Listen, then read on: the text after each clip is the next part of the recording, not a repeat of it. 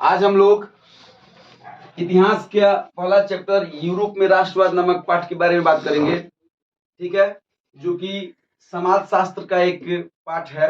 समाज शास्त्र के 3 भाग हैं, मतलब 4 भाग होते हैं, जैसे कि नागरिक, भूगोल, इतिहास और फिर आपदा, फिर एक अर्थशास्त्र भी होता है।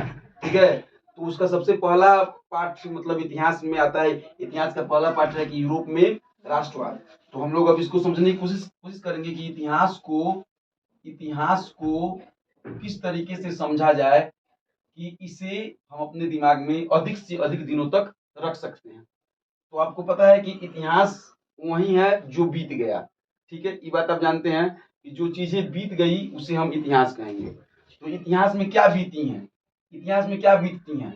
समाज की बातें बीतती हैं। समाज में जो बातें हो रही हैं या होती हैं, वही सभी बातें बीत रही होती हैं। तो आज आपका समाज कैसा है? जैसा आज आपका समाज है वैसे ही लगभग पहले के भी समाज होंगे। आज से 100 वर्ष पहले भी लोग होंगे। और लोग अपना उस आज भी जो लोग खाना मतलब खान पान करते हैं, जो भी चीजें खाते पीते हैं, तो खाने पीने वाली चीजें ही खाते हैं। उस समय भी लोग खाने पीने वाली चीजें को ही खाते होंगे। मतलब कहने का मतलब यहाँ पे यह है कि इतिहास के पाठ को हम किस तरीके से पढ़ें कि उसे हम अपने दिमाग में अधिक दिनों तक रख सकें। तो इसके लिए मैं आपको एक एक उपाय बताऊंगा जिसके माध्यम से आप उस तरीके से पढ़िएगा तो इतिहास की बातें आपके दिमाग में अधिक दिनों तक रहेगी।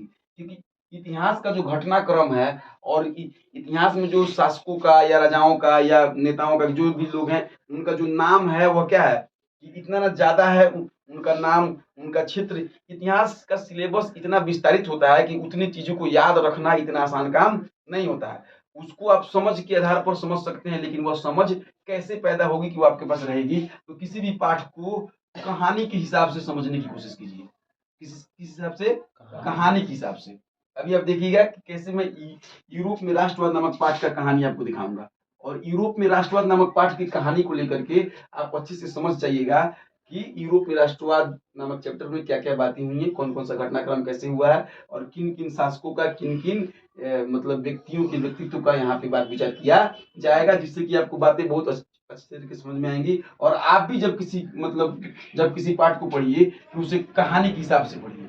जैसे कहानी होता है, कहानी में जैसे घटनाएं घटित होती हैं एकदम समय के हिसाब से, उस तरीके से फिल्म के हिसाब से फिल्म की कहानी होती है। ऐसे मतलब सामान्य जीवन में भी कहानी होती है, ग्राम्य जीवन में भी कहानियां होती है, शहरी जीवन में भी कहानी होती है। उन सभी कहानियों के माध्यम से आप समझने की कोशिश करिए। तो सबसे पहले हम शुरू करते हैं समय को बिना बर्बाद किए हुए। सबसे पहला पॉइंट है आपका यूरोप में राष्ट्रवाद। ठीक है ना? तो सबसे पहले हम लोग यह जानेंगे कि यूरोप क्या है। तो मैं आपको बताना चाहूंगा कि ये जो पृथ्वी है, ये जो धरती है, ठीक है, यह धरती जो है हमारा, इस पृथ्वी पर लगभग इस पृथ्वी पर लगभग 7 महादेश है। लगभग नहीं, एकदम क्लियर है, 7 महादेश है।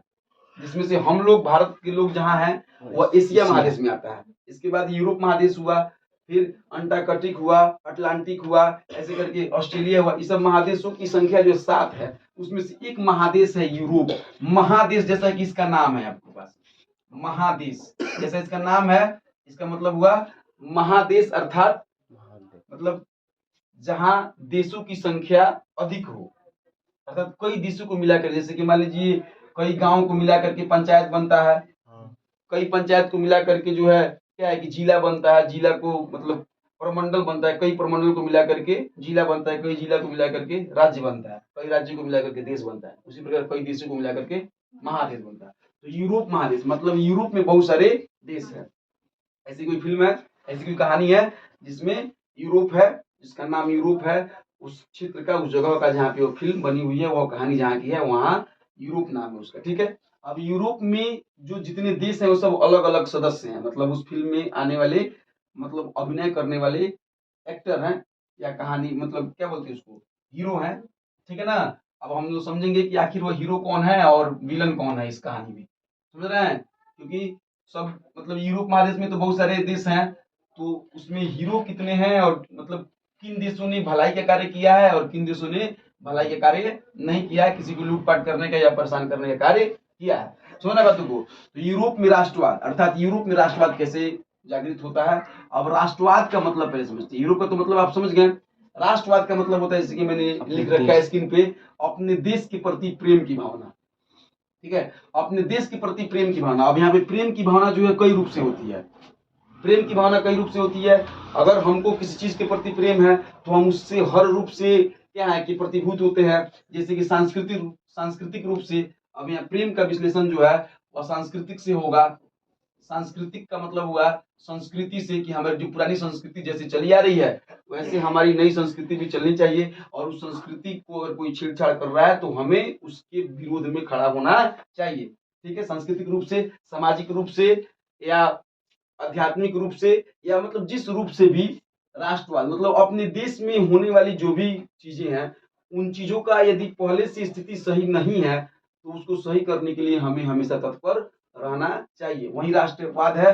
अगर एक शब्दों में, दो वर्ड में अगर इसको जानने की कोशिश किया जाए तो बस इतना कहा जा सकता है कि अपने देश से प्रेम, अर्थात अपने देश से लगाव, अपने देश के लिए इतना प्रेम हो कि हम उसके लिए मरने मिटने के लिए भी तैयार हों, और मतलब हर संभव प्रयास हम कर सकते हैं अपने देश के कार्य के लिए। तो वह क्या कहलाएगा? राष्ट्रवाद कहलाएगा। तो राष्ट्रवाद को हम लोगों ने समझा कि अपने देश के प्रति प्रेम की भावना राष्ट्रवाद कहलाती है। इसका विस्तारित परिभाषा आपको अपने किताब में मिलेगा, और इसकी मतलब आगे आने वाली वीडियो में मैं क्वेश्चन आंसर को भी लेकर के आऊंगा, उसमें आपको राष्ट्रवाद को अच्छी तरीके से परिभाषित करते हुए आपको क्वेश्चन आंसर के मतलब जैसे भी लिखवा दूंगा। लेकिन ध्यान रखिए, आप बात को खुद से समझ करके क्वेश्चन लिखने का प्रयास करिए। आप जो सिर्फ हमारे भरोसे जीने का प्रयास मत करिए, क्योंकि मैं आपको शब्द के अर्थ बताने की कोशिश करूंगा, आप उस अर्थ को समझ करके अपने हिसाब से अपना नोट्स वगैरह बनाने की कोशिश करिए। अब यहाँ पे बीजारोपण, मतलब यूरोप में राष्ट्रवाद का बीजारोपण कैसे हुआ? यूरोप में राष्ट्रवाद का बीजारोपण कैसे हुआ? बीजारोपण के मतलब कब से वह शुरू हुआ, कब से राष्ट्रवाद के प्रति लोगों ने जानना समझा और अपने देश के प्रति जो प्रेम की भावना विकसित हुई, तो वह यूरोप में पुनर्जागरण के काल से शुरू हो चुका था।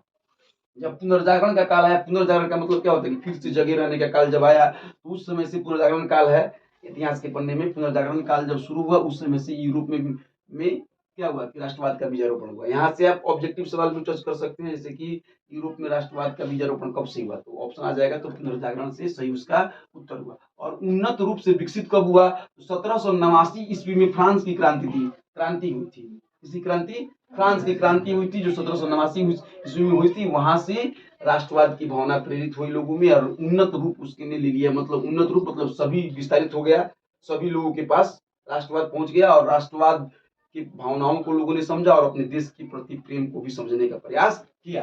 तो इस तरीके से आप कहानी के रूप में समझ सकते हैं कि राष्ट्रवाद क्या है, तो अपने देश के प्रति प्रेम है। कोई एक्टर है, कोई हीरो है, वो अपने मतलब क्षेत्र के प्रति प्रेम करता है, क्षेत्र में होने वाली किसी भी प्रकार की मतलब कमियों को दूर करने के लिए वह सदा तत्पर रहता है, तो वह क्या है? राष्ट्रवाद है। ठीक है, अब बीजारोपण कब हुआ? तो पुनर्जागरण के काल से बीजारोपण हो गया। इतना आपको समझ में आ रहा है? तो उस मतलब कब से शुरू हुआ? तो पुनर्जागरण काल से। उन्नत रूप कब लिया? 1789 ईस्वी में। एक कहानी की तरह समझने का प्रयास कीजिए। और कब से हुआ? तो फ्रांसीसी क्रांति 1789 में क्या हुआ था? तो फ्रांसीसी क्रांति हुई थी। उस फ्रांसीसी क्रांति में राष्ट्रवाद की भावना से प्रेरित होकर के फ्रांस के लोगों ने फ्रांस में क्रांति किया था। तब से जो है यूरोप के अन्य देशों ने भी राष्ट्रवाद को समझा और अपने मतलब खिलाफ विरुद्ध होने वाले बातों के खिलाफ आवाज उठाना शुरू किया, अर्थात उन लोगों में भी राष्ट्रवाद की भावना आई। अब आगे जो है अगला पॉइंट है, अब इसी में एक जो है अगला पॉइंट है, नेपोलियन नाम का एक व्यक्ति हुआ जिसने अब क्या किया राष्ट्रवाद के लिए।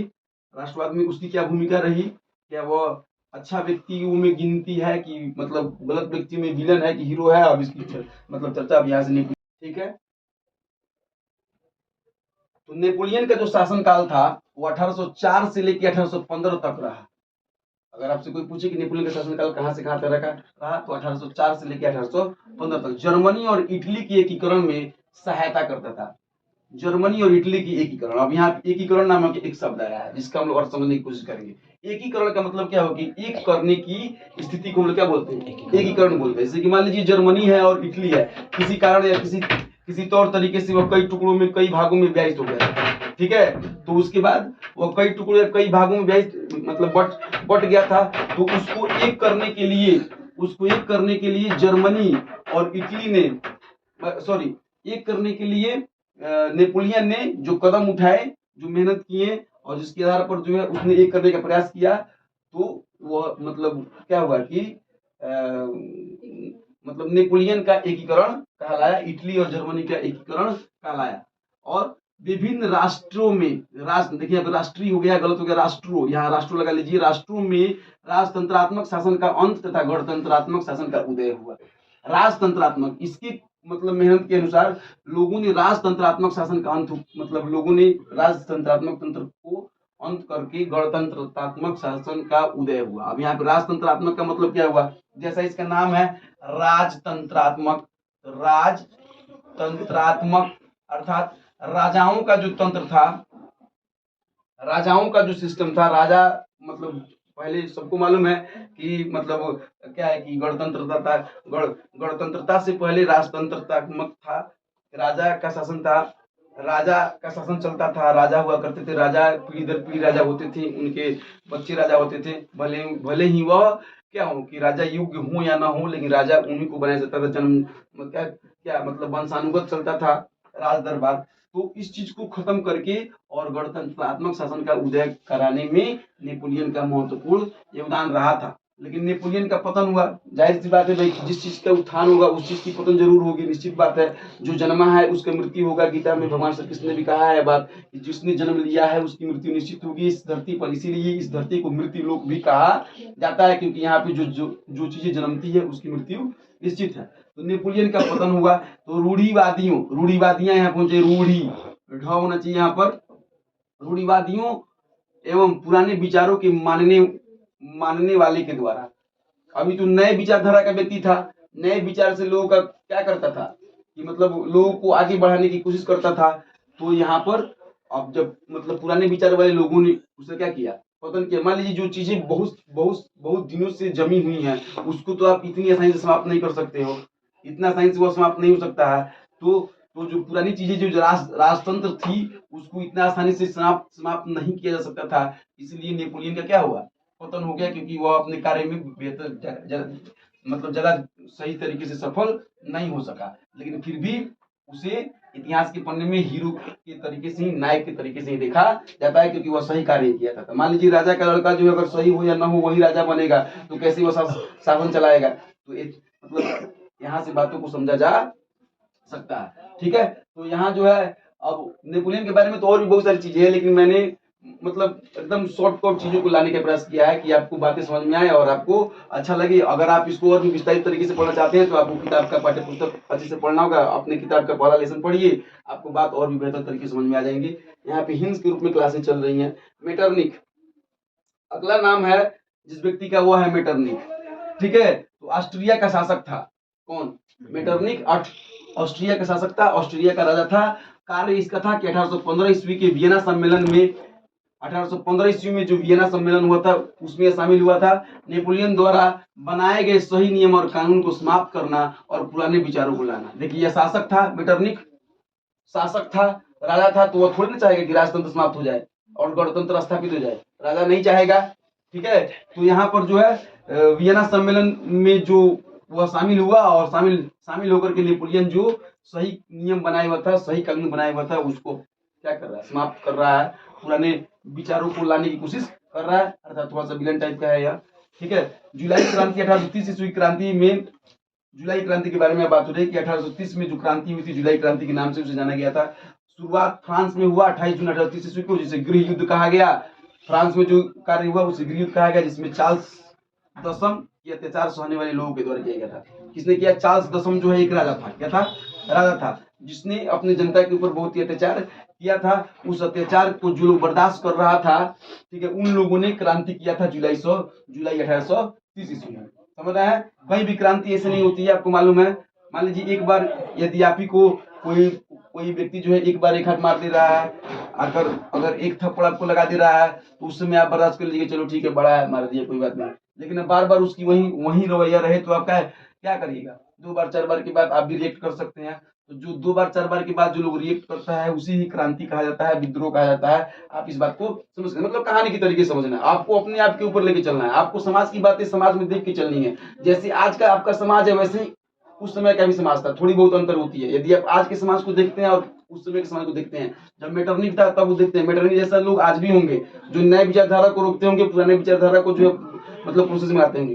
ठीक है, आप अपने हिसाब से मतलब पुरानी विचारधारा मानिए या नई विचारधारा मानिए, लेकिन जो सही है उसे मानना चाहिए, जो सही है उसे लागू करने की कोशिश करनी चाहिए, चाहे वो विचारधारा नई हो या पुरानी हो, जिससे दो लोगों का भलाई हो रहा हो उसी को अपनाना चाहिए और भलाई की बातें करनी चाहिए, सच्चाई की बातें करनी चाहिए, सही तरीके से जो मतलब चलने वाले नियम है वह नए हो या पुराने हो उसे लागू होने चाहिए।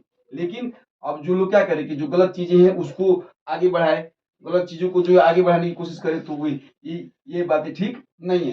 तो क्रांति ऐसे होती है, मान लीजिए यहाँ पे चार्ल्स दशम का मतलब चार्ल्स दशम या उनके जो सैनिक होंगे उन लोगों ने जनता के ऊपर अत्याचार किए होंगे और उन अत्याचार से बचने के लिए जनता ने मतलब क्रांति कर दिया, जिस क्रांति को हम लोग जुलाई 1830 की क्रांति के नाम से जानते हैं। आगे आगे परिणाम इसका यह हुआ कि परिणाम इसका यह हुआ क्रांति का, जब भी मतलब क्रांति होती है तो उसका परिणाम होगा भाई, कुछ भी होता है तो परिणाम, जैसे कि मैं यहाँ पे पेन लेकर कैसे लिख रहा हूँ तो कुछ भी तो हो रहा है, तो कुछ ना कुछ तो होगा ना भाई, जो कुछ भी होगा तो उसके बाद कुछ ना कुछ तो होगा। तो जो परिणाम हुआ वह उस पर मतलब हुआ यह कि उदारवादियों की जीत हो गई और चार्ल्स दशम की हार हो गई। जो उदारवादी लोग थे, जो उदारता की भावना से थे, जो जनता का उदार चाहते थे, उन लोगों की जीत हुई और चार्ल्स दशम की हार हुई। हार हुई तो निश्चित थी, क्योंकि हार जो है सही का ही जीत होता है हमेशा, भले ही थोड़ी मतलब कठिनाई से होती है, थोड़ा समय से होता है, लेकिन जीत हमेशा सच्चाई की ही होती है। तो बुर्बो राजवंश का अंत हो गया। बुर्बो राजवंश के शासक थे कौन, मतलब चार्ल्स दशम, उनका अंत हुआ और आलेविंस वंश का उदय हुआ। ठीक है, मतलब उसके परिणाम हो गए 1830 ईस्वी क्रांति के परिणाम हुए। अब 1830 ईस्वी क्रांति के प्रभाव, उसका क्या प्रभाव पड़ा, तो देश में कट्टर राजस्ववादियों के प्रभाव में कमी आई।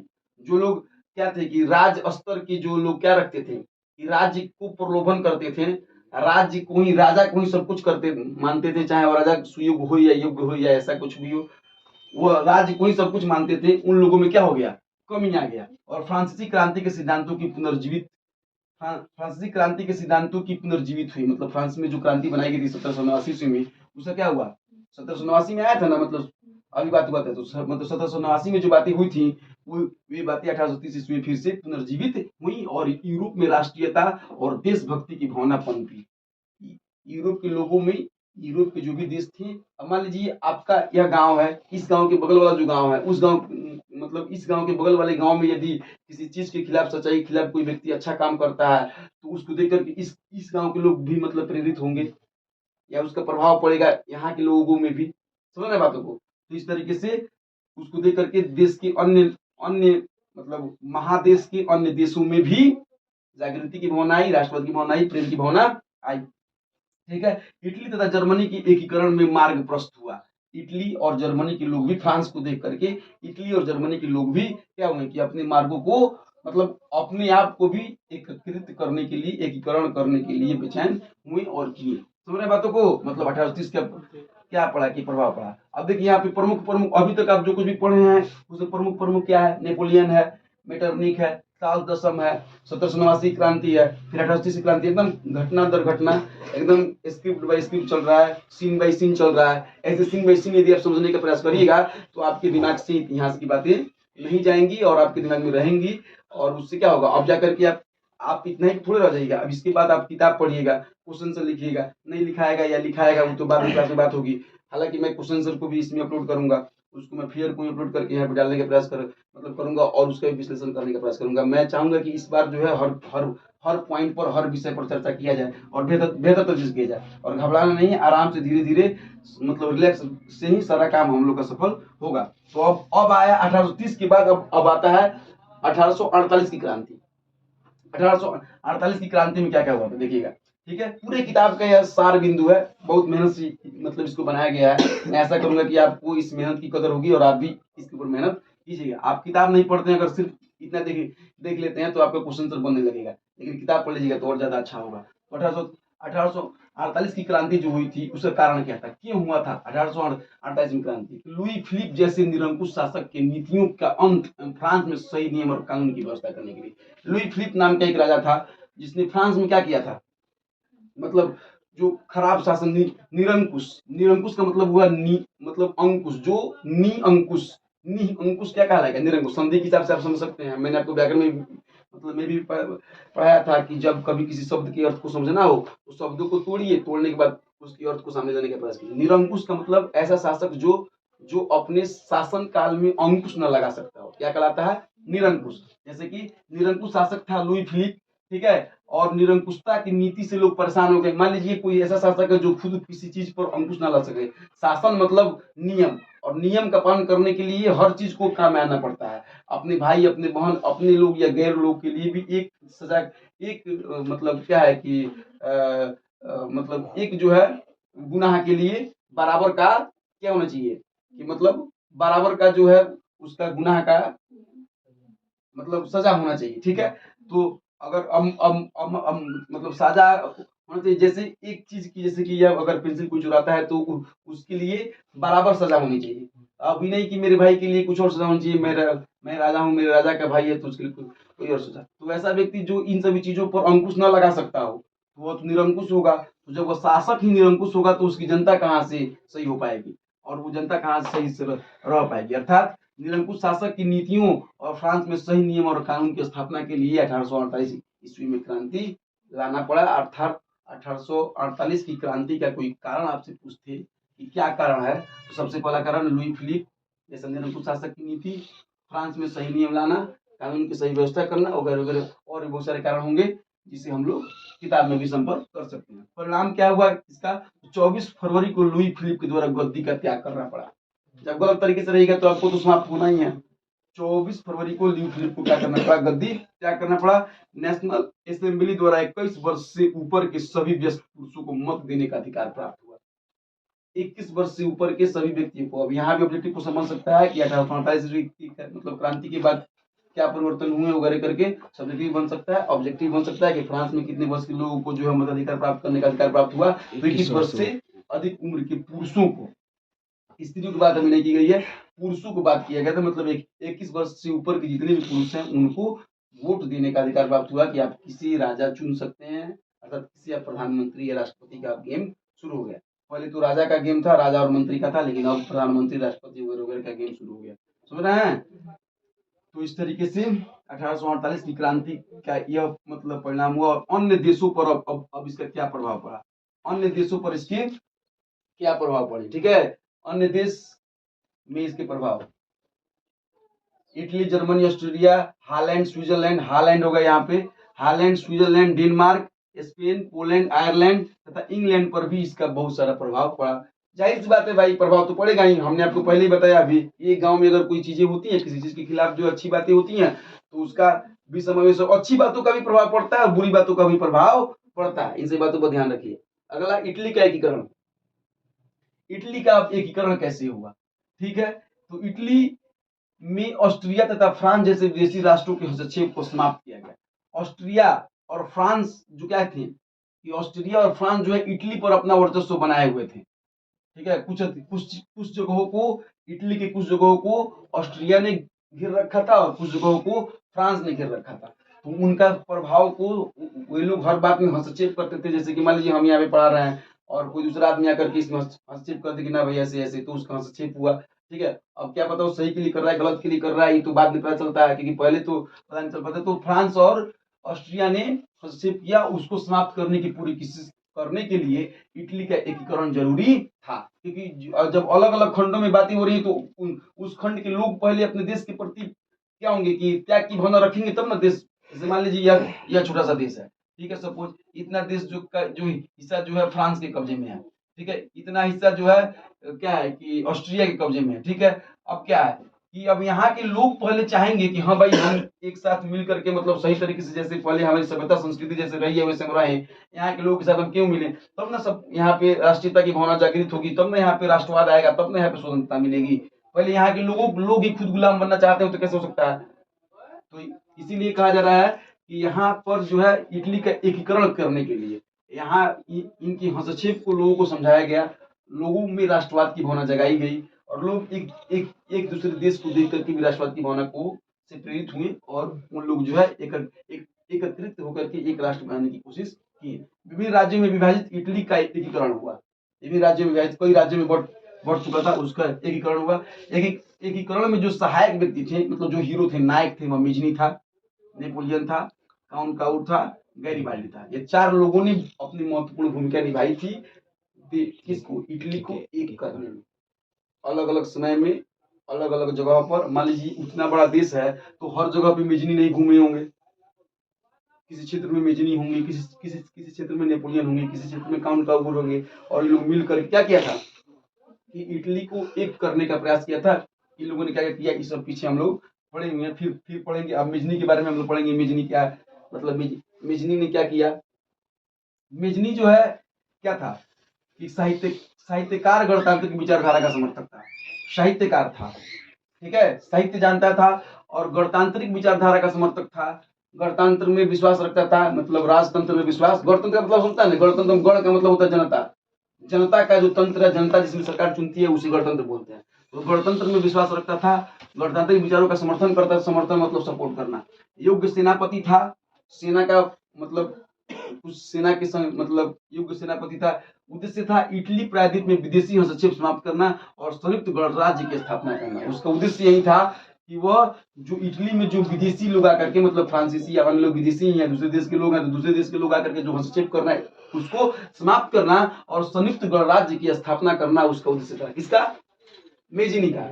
समझ रहे बातों को। अब आपसे पूछ दिया कोई, मतलब मेजनी कौन था, क्या था, तो आप जवाब दे सकते हो आसानी से। अब मेजनी ने क्या किया, तो मेजनी द्वारा स्थापित संस्थाएं, उसने संस्था स्थापित किया, ठीक है, एक संस्था अपना स्थापित किया। उस संस्था के तहत उसने काम किया, जिस संस्था का नाम था यंग इटली, ठीक है। यंग इटली का उद्देश्य क्या था कि क्या था, इटली में गणराज्य की स्थापना करना। वही बात है जो ऊपर था, मेजनी के जो उद्देश्य थे उसकी संस्था का भी उद्देश्य वही था। पहला यंग इटली और दूसरा यंग यूरोप में चल रहे राष्ट्रीय आंदोलन को प्रोत्साहित करना। मतलब उस पूरे यूरोप के लिए सोच रहा था कि पूरे यूरोप में अन्य अन्य देशों ने अन्य अन्य देशों को गुलाम बना रखा है, तो उन सब देशों को अपने अपने तरीके से आजाद करवाया जाए और यहाँ के लोगों की बातों को समझ करके वहां के लोग भी प्रोत्साहित हों और अपने देश को क्या करें कि अपने देश को आजाद कराने के लिए कोशिश करें। क्योंकि एक आदमी के करने से कभी भी आजादी नहीं मिलती है, एक आदमी के करने से कभी भी क्या है कि राष्ट्रवाद की भावना नहीं मतलब जागृत होती है।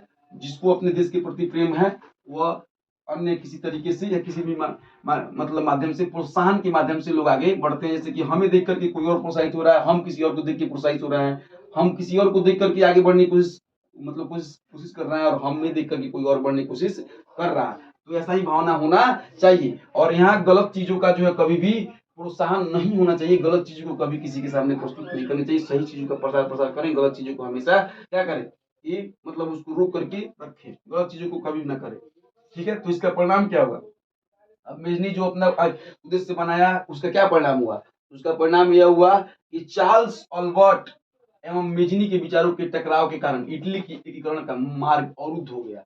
मतलब अवरुद्ध हो गया, मतलब जो उसमें मार्ग में जो कठिनाई आ रही थी इन लोगों के माध्यम से क्या हुआ कि वह कठिनाई दूर हो गई। मतलब जो बाधाएं थी वो दूर हो गई, क्योंकि उस चीज के लिए कार्य किया। तो उसमें न मतलब किसी चीज के लिए हम कार्य कर रहे हैं तो नहीं 100%, तो कम से कम 70-75% तो मतलब आदमी जा ही सकता है। जब 100% काम सोचता है तो 70% मतलब परसेंट पर तो जाता ही है।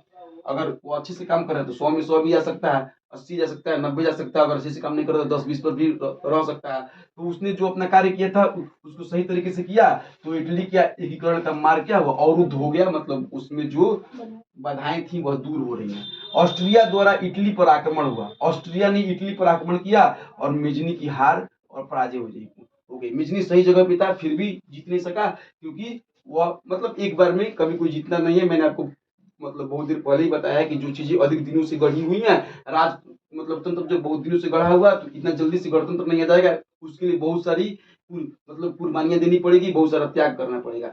सही जगह पे होने के बाद भी मेजनी क्या हुआ कि हार गया। अब देखिए आगे क्या होता है कि इटली का एक एकीकरण संभव हो पाता है कि नहीं, क्या हो रहा है कहानी में देखते रहिए। कहानी में क्या है, कहानी कहानी समझ आ रही है ना। कहानी, इतिहास को कहानी से जोड़ने का प्रयास कीजिए। विज्ञान को हमेशा प्रयोग के माध्यम से अवलोकन करने का प्रयास कीजिए। गणित को हमेशा क्या है कि व्यवहारिक जीवन में जोड़ घटाव गुना भाग करने की कोशिश से मतलब ज्ञान मतलब प्राप्त कीजिए। हर विषय का अपना अपना तरीका होता है पढ़ने का, उस तरीके का आप इस्तेमाल कीजिएगा तो आपको पढ़ने में क्या होगी, सहूलियत होगी। एक कहानी की तरीके से, बिल्कुल कहानी यूरोप में राष्ट्रवादी कहानी सब आपके सामने एकदम पानी की तरह है।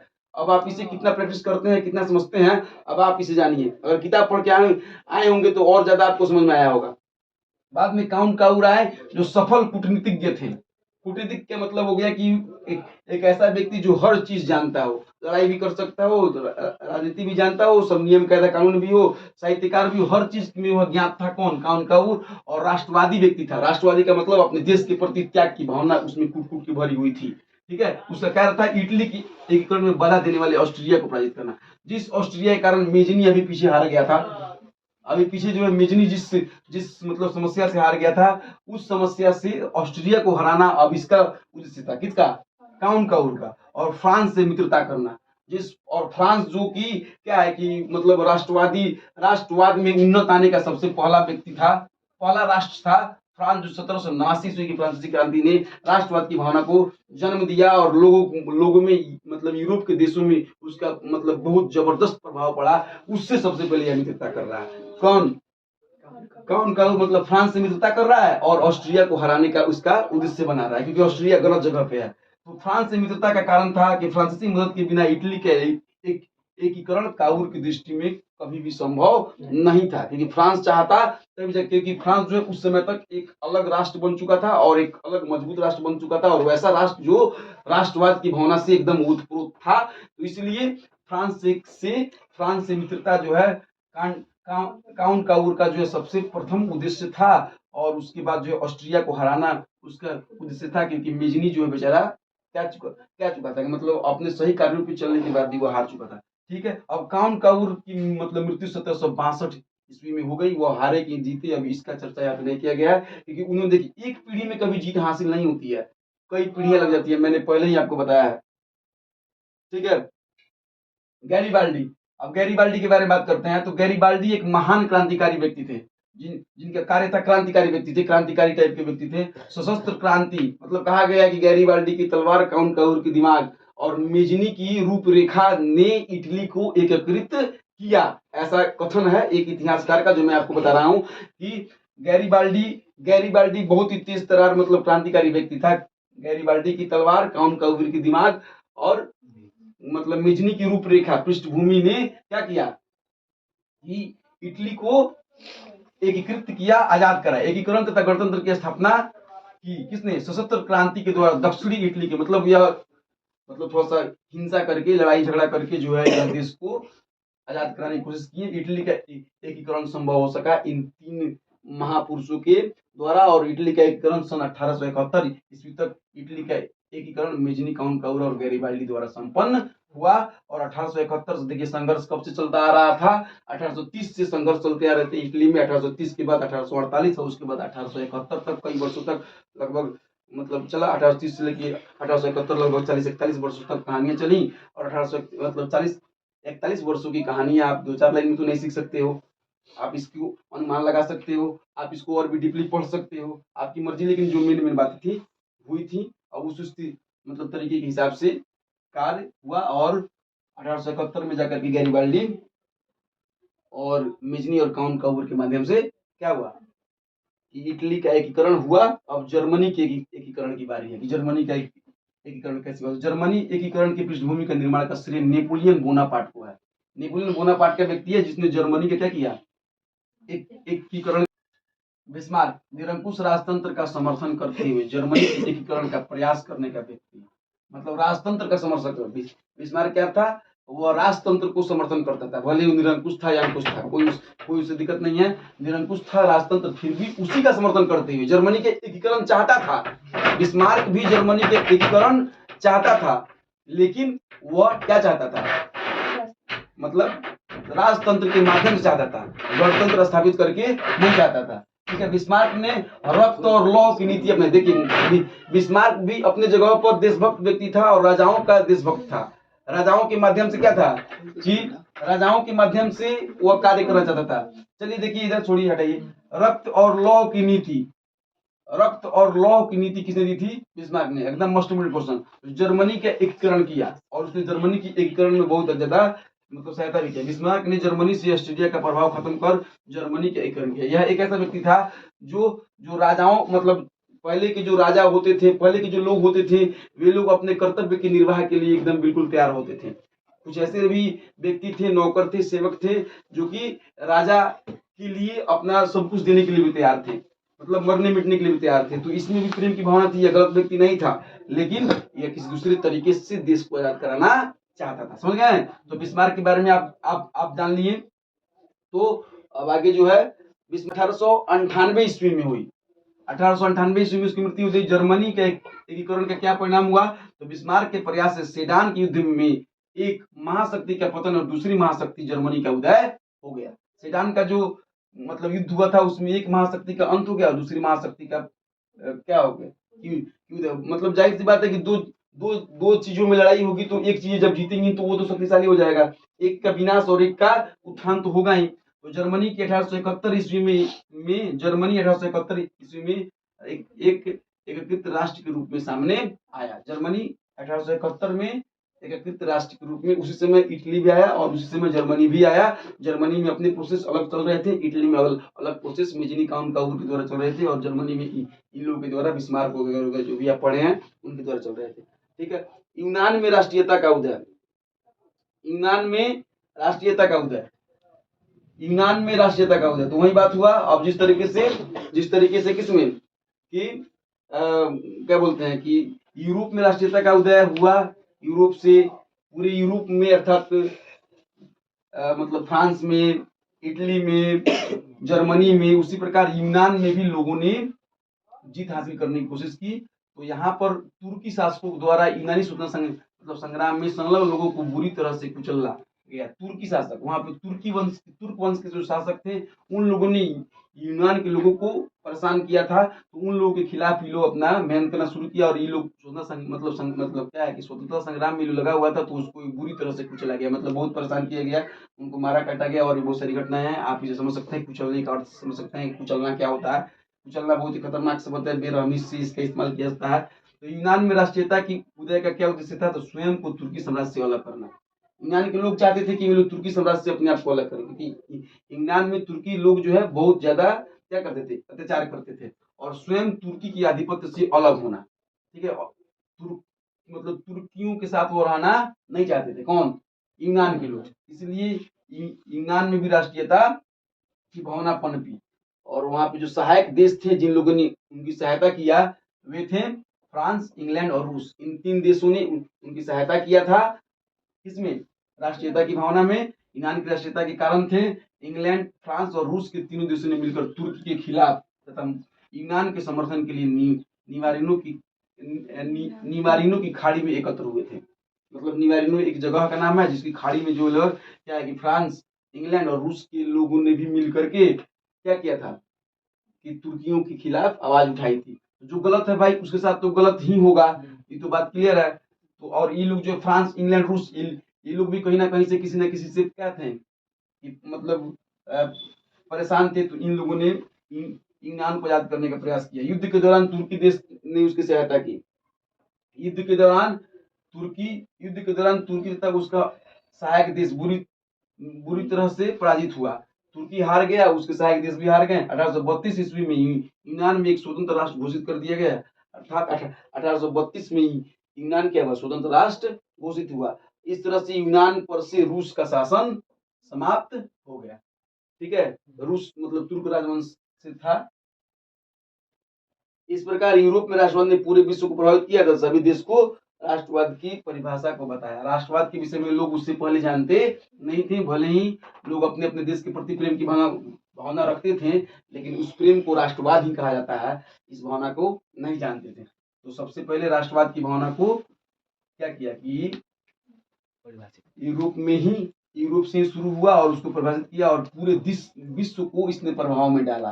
वो सिर्फ यूरोप महादेश के लोग ही नहीं, अन्य महादेश के लोग भी इससे प्रभावित हुए। और उसके बाद यहाँ पे 1800 की बात हो रही है, उस समय तो हम लोग भारतवासी भी क्या थे? इंग्लैंड के गुलाम थे। तो उस समय के बाद हम लोगों में भी राष्ट्रीयता की भावना जगी, और उसके बाद हम लोगों में भी राष्ट्रवाद आया, और हम लोग भी 1947 में आजाद हुए, जिसकी मतलब घटना हम लोग भारत में राष्ट्रवाद नामक चैप्टर इसी किताब की पाठ 4 में हम लोग पढ़ेंगे, और उसमें भारत में राष्ट्रवाद के विषय में सारी कहानियां समझेंगे। तो इस तरीके से आपका यह यूरोप में राष्ट्रवाद की कहानी हुआ।